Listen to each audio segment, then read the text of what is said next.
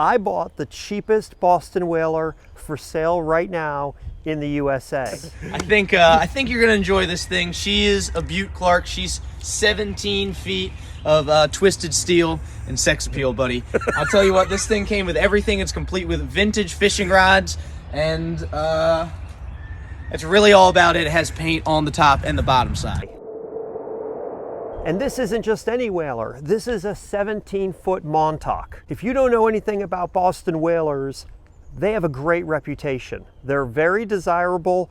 People love these boats. When I found out my buddy, Luke McFadden, had one of these that he was willing to sell me real cheap, I jumped on it. He needed a trailer. So he was looking around for a trailer. He was able to get himself a trailer with this boat on it, but he just needed the trailer. And I asked him, what kind of boat is it? He said, it's a Boston Whaler Montauk 17. And I said, does it have a title? I didn't even need to look at it. I'm like, sign me up. It floats, right? He's like, yeah.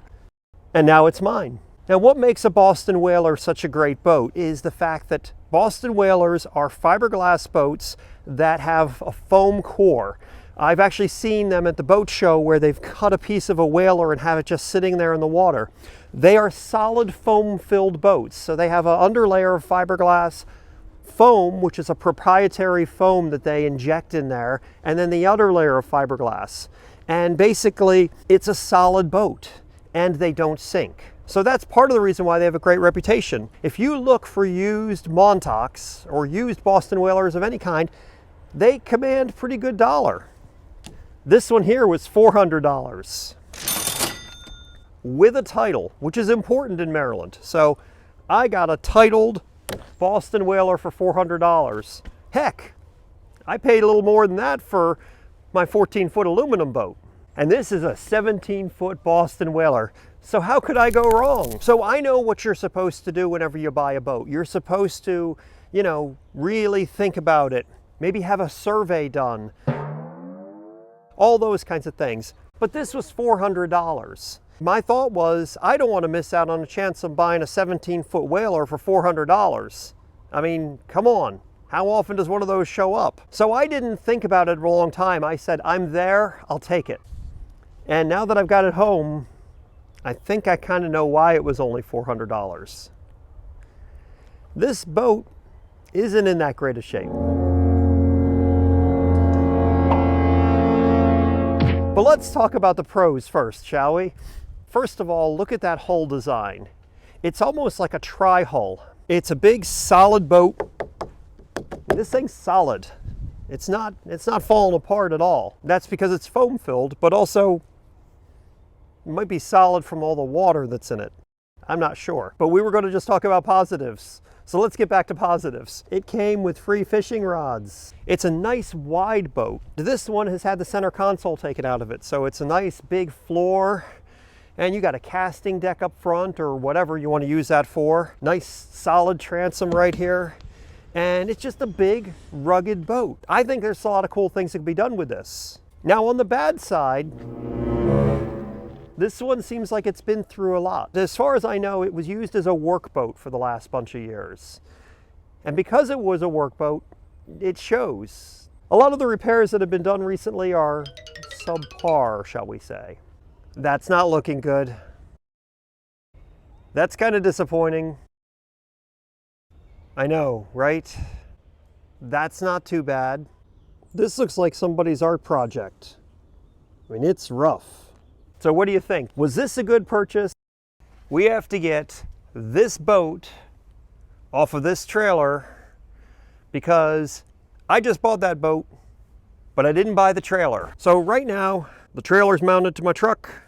The boat's on the trailer. This is my new Boston Whaler Montauk 17 right here.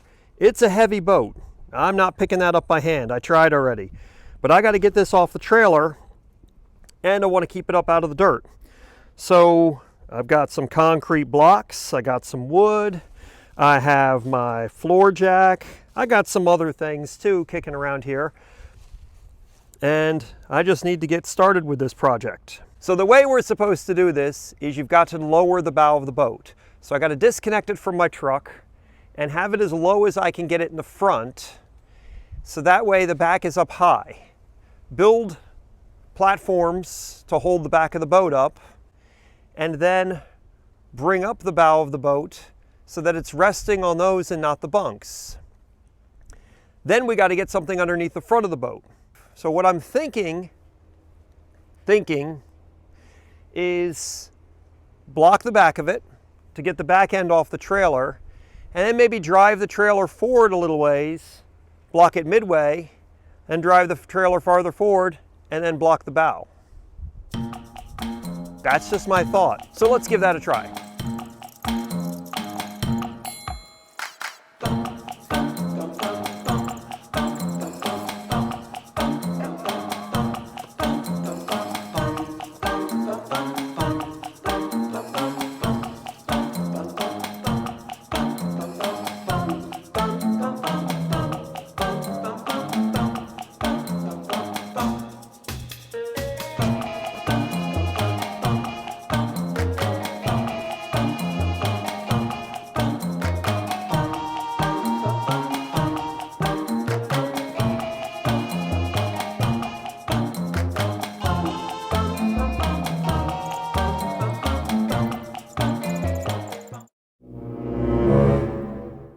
What I'm doing right here is I'm actually jacking up this bunk with my floor jack, because this one over here was really crooked. Can't see it right now because as soon as I started jacking on it, it kind of straightened out, but I need to put a board underneath of that so that way that's not all crooked. This side over here is much better. And as you can see, we're resting on that board. Oh, there we go. We're resting on that board and we're not on the bunk here at all. So this side's clear.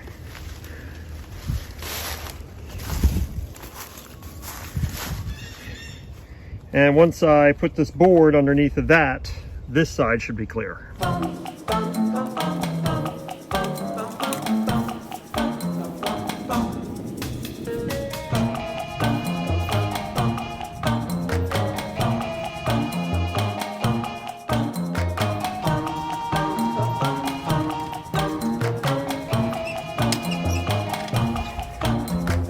All right, so I unhooked the bow from, that. And the only thing holding the boat on the trailer right now is that right there. Because the back, as you can see, is being supported by my blocks there on both sides. See how there's daylight through there? Trust me, there's daylight through there. So, what I have to do is I have to pull the trailer forward and then block up the middle once we get farther back on the rollers there. Should work, right? I don't see what could go wrong.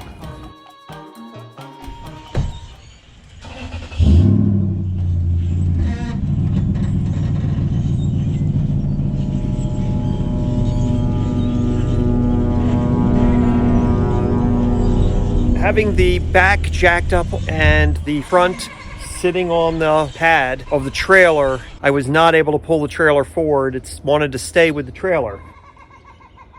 What I realized I had to do is I had to jack up the front. I've jacked up the front. The jack is got the boat lifted up. But see, here's our next spot. I got it right behind this, so whenever I pull the trailer forward, it's going to get close to that. So I'll only be able to go that far before I got to rearrange everything. It's held up with these two things back here and the jack at the front. And this is looking kind of precarious right now. I may need to work on that again. But I can drive the trailer forward a little chunk now because the boat is actually off the trailer.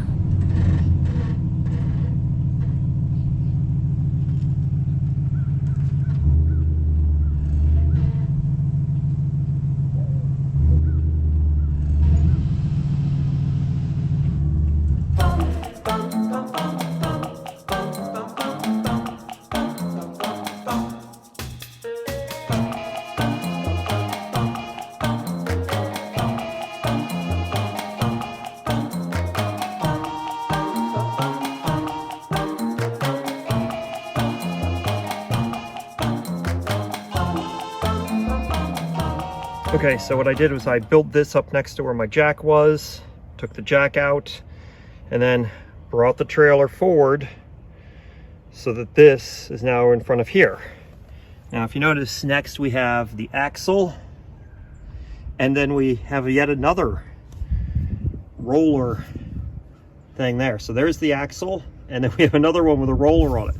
So I'm going to have to do some more maneuvering, and of course this time now I'm down by the wheel. I can't put my jack here yet because there's too much bow weight there. So I need to step it along a few times here. After much pontificating, I decided to take out this brace that went across right here, because I had this brace, then the axle, then a brace behind it. And that's just too much. I couldn't figure out jacking points and ways to block stuff up. So this way, my blocks that were here now can go back another 10 inches, and then I can put my jack in front of that, jack that up, and we should be on the home stretch. But I still have two things to go past, so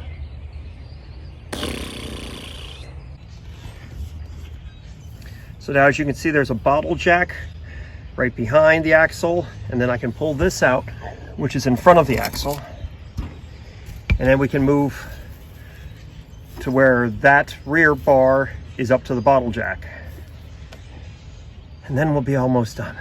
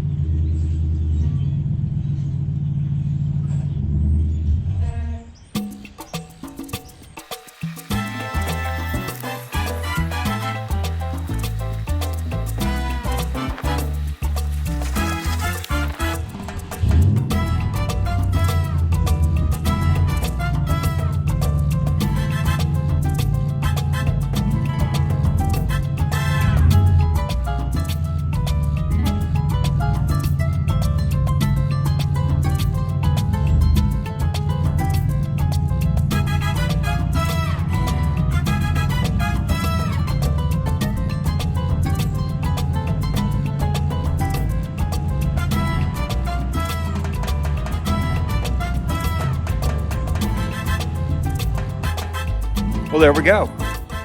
Precariously balanced on 3 spots. I'm going to shore it up with a lot more stuff, but it's off the trailer. And I did it by myself. So I used 2 jacks. I have a bottle jack and I used a car jack, and then some concrete blocks and wood. Lots of, 4x4s, 2x4s, 2x6s, everything I had laying around. And yeah, it's balanced on there right now. So I just got to shore it up and make it a little bit more stable, and we're good to go.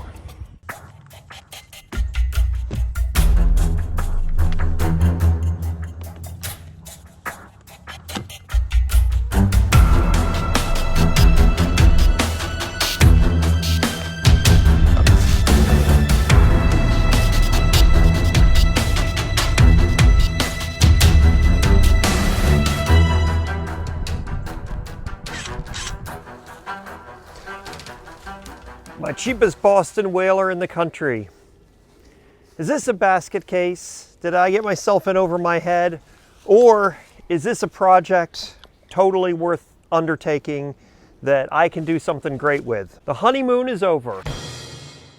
There are so many boats that are not worth fixing up because you'll never get back what you put into it, money and time-wise. But a Boston whaler is a different story. I've been working on educating myself a little bit more about these Boston whalers, and my gut was right. I mean, these are desirable, popular boats, and old ones seem to be able to fetch a higher price than a lot of other older boats.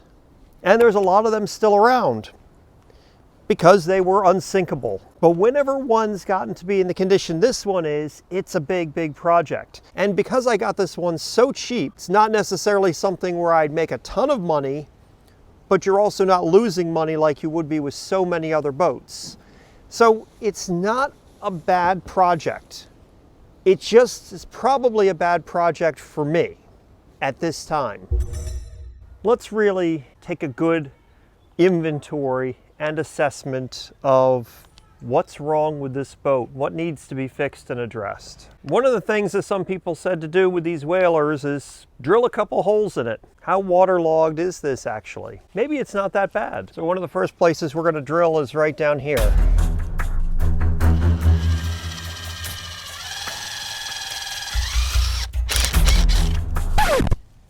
Well, no water poured out. That's a good thing. Let's try another spot.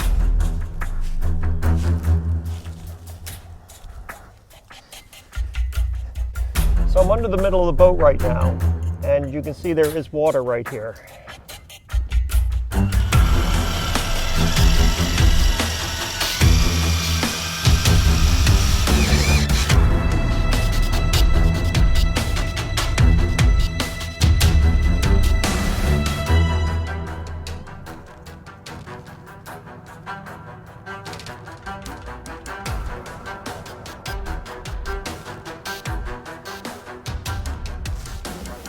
And now here's another spot.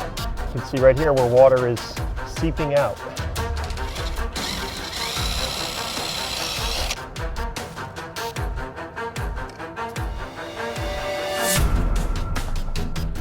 Well, that was very disappointing. I was hoping to see water gushing out of the hull of this boat. So I know this boat has led a long, hard life. At least some of its years were in service as a workboat to work on and service Mr. Trash Wheel, a contraption that's designed to remove trash from the harbor in Baltimore. Because of the hard life it led, there's a lot of scars and a lot of damaged areas that either were fixed poorly or completely need to be addressed. Here's an example of one of the areas that I believe was repaired poorly or incorrectly. And there's several of these throughout the whole entire boat. But as you can see, this is weeping water. So we're on the side of the boat and water is weeping out of these places right here. And that's because this area was probably patched or filled with something that wasn't appropriate.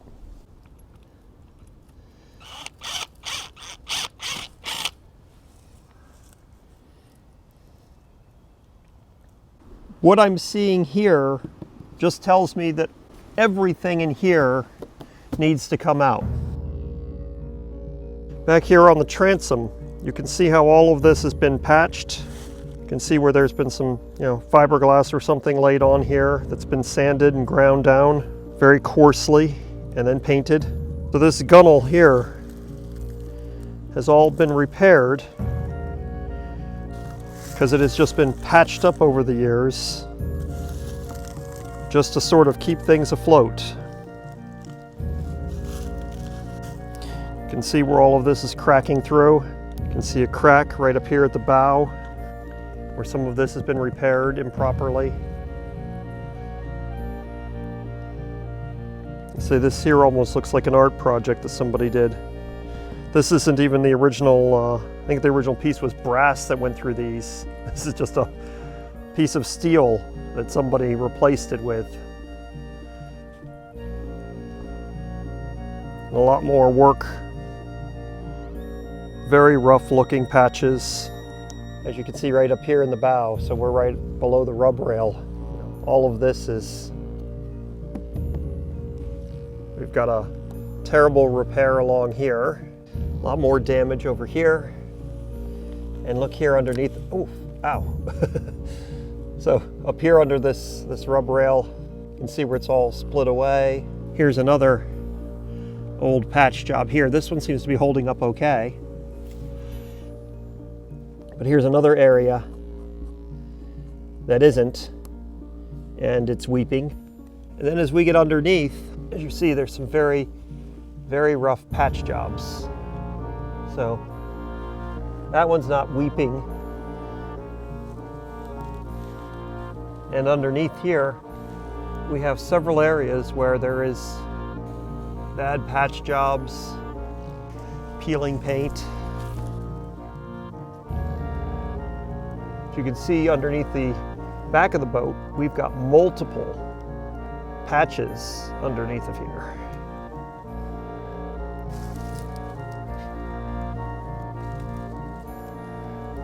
And many of these patches look terrible.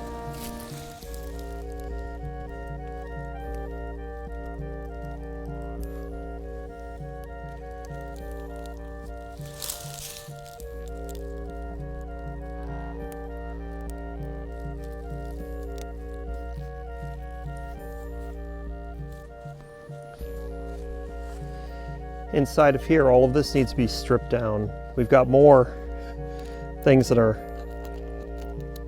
just old patches that are coming apart, bubbling paint, just problematic areas.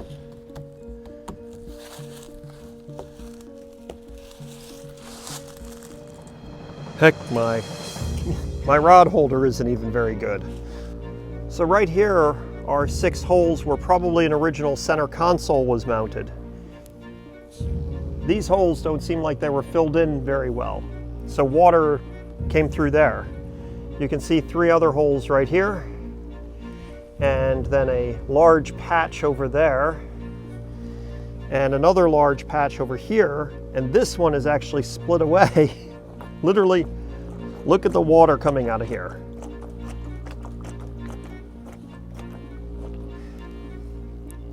You can see an area here that's painted gray where there was another large hole and other patches. Same is true on this side over here and right up through here.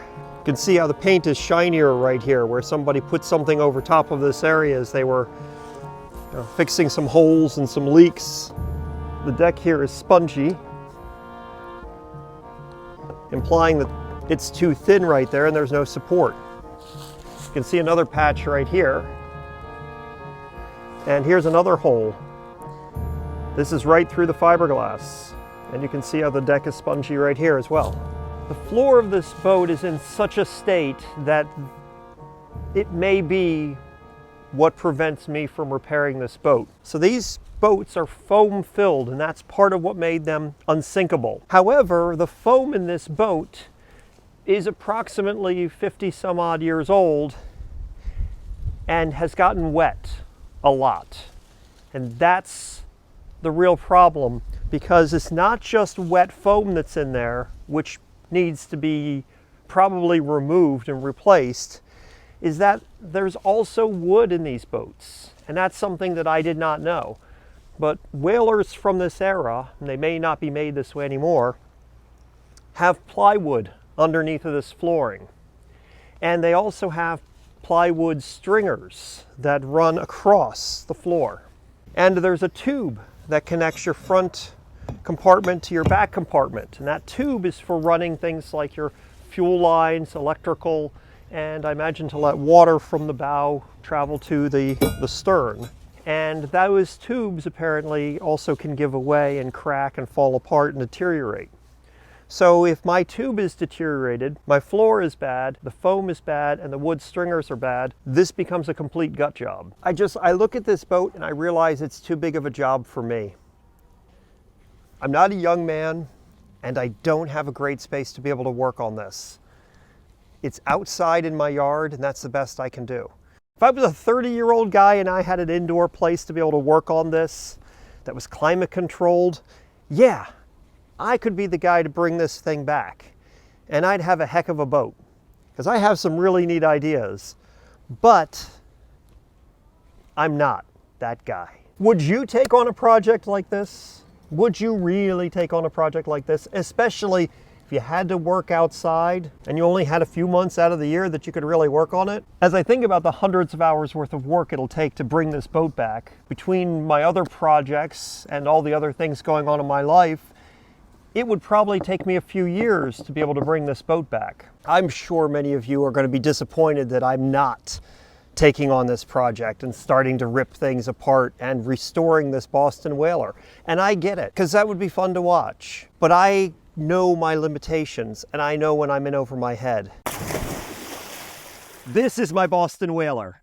It now has a trailer. It's almost 17 feet long. This thing needs a lot of work. It needs all of the work. Do I have the right motor for it? No, not at all. But, we don't care today. It's completely registered. Yeah, completely registered. It was just a shell of a boat, but now it sort of has a seat. Is it seaworthy? Not so sure. Do I have a drain plug for it? No, I mean, yes, I do. Good thing I remembered that. Is this a good idea? Well, it's not exactly a bad idea. I do need to see if it floats, because if it floats, it boats. So today we're taking it out just to see if it floats and sort of how it does and what it's like. And that's why I threw a seat in, because I wanted to see weight-wise how it would work. Is this a better option for me than the 14-foot boat? Not that this is a finished product in any way. This is just in here. It's very comfy though. So let's head down to the ramp and launch this thing, see what happens. I bought this boat like over the winter from Luke McFadden. So of course, one of the first things I did was I brought it home and I set it in the yard on blocks. That's all I did with this boat for many, many months. Last week I got this trailer for it, so now I have a trailer for this boat. So I put it back on a trailer. And I started thinking about, what am I going to do with this? Well, the first thing I need to do is I need to see if it floats. And if it floats, well then, I don't know what we're doing next with it, but that's what we're doing today, is we're going to see if it floats.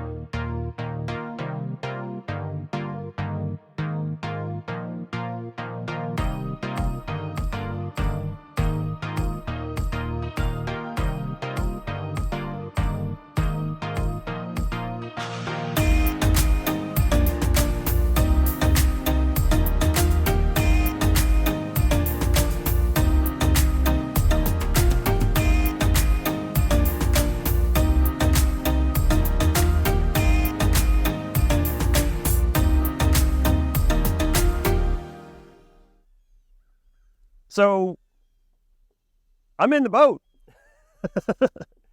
and it floats. I can stand up here in the bow. Check that out. Is the red still showing? Is it really?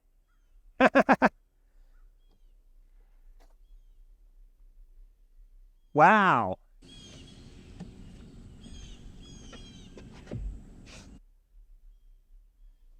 We're actually sitting up a lot higher than I thought we would. Like, this isn't bad. I'll be honest, I was not expecting this.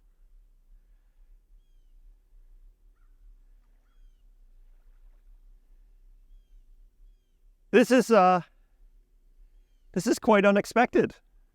All right, you want to hop aboard? Come on aboard.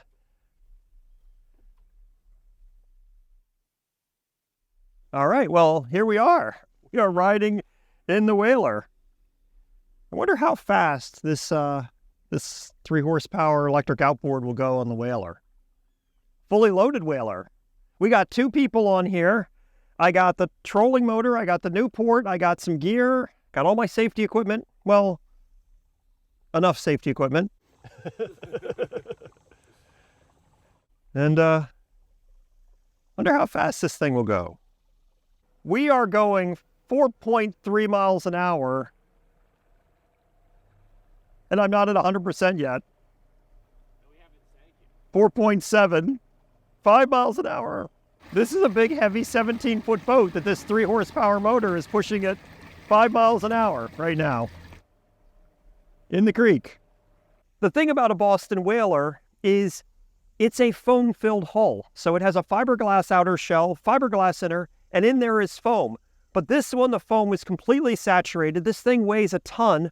I honestly thought it was going to sit really, really low in the water, and it's not. It's actually really pretty good. I'm liking it a lot more than I thought I would. And that's a surprise. I honestly am very impressed. I expected this boat to sit so far down in the water that the red was going to be completely under the water line with all this weight on here.